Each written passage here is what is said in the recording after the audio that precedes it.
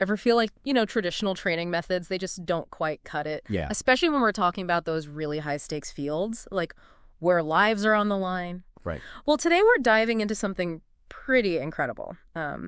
It's called EONXR. Okay. And it's really changing the game when it comes to how we learn and prepare for those critical situations, particularly in areas like social sciences and disaster management. Wow.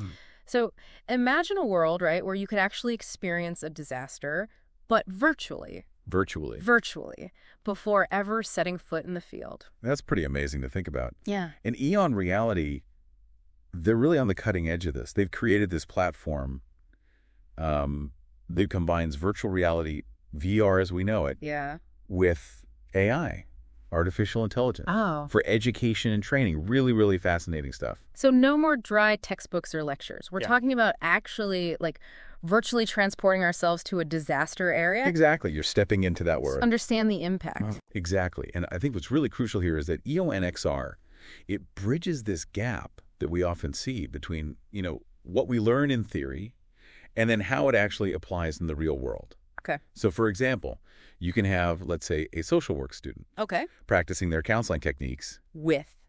AI-driven avatars.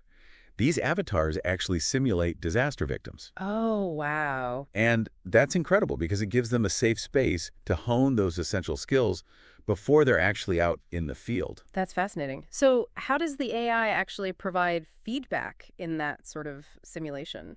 That's a great question. So while the student is interacting with these avatars, the AI is closely analyzing both their verbal and their nonverbal communication. So everything. Everything. Tone of voice, empathy levels, the approach they take. All of this data gets fed back to the student with, specific areas where they did well, areas where maybe they could adjust their approach. It's like having a personalized coach right there guiding your development. That's amazing. And you mentioned the real world. I understand EONXR is also making a big impact in specifically disaster management. Can you tell us a little more about that?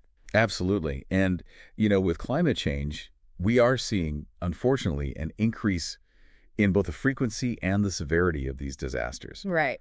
And that's why it's more important than ever to have professionals who are truly prepared. Absolutely. And EONXR really allows students to dive into these realistic disaster scenarios. They can practice emergency response strategies in a virtual urban environment. Oh, wow. They can even set up virtual field hospitals. That's incredible. So it's almost like they're gamifying disaster preparedness in a way, but it's making it fun, engaging, impactful. And I think that's key, right? It's making it engaging. Yeah. Because when you're engaged, you retain that information so much better. You're learning, exactly. Exactly. And it's not just about those fancy VR headsets either. Right, because those can be expensive. They could be very expensive. Yeah. And one thing that I think is so remarkable about EONXR is its accessibility. It works on tablets, smartphones. Wow. So you don't need to have access to all that high-end equipment.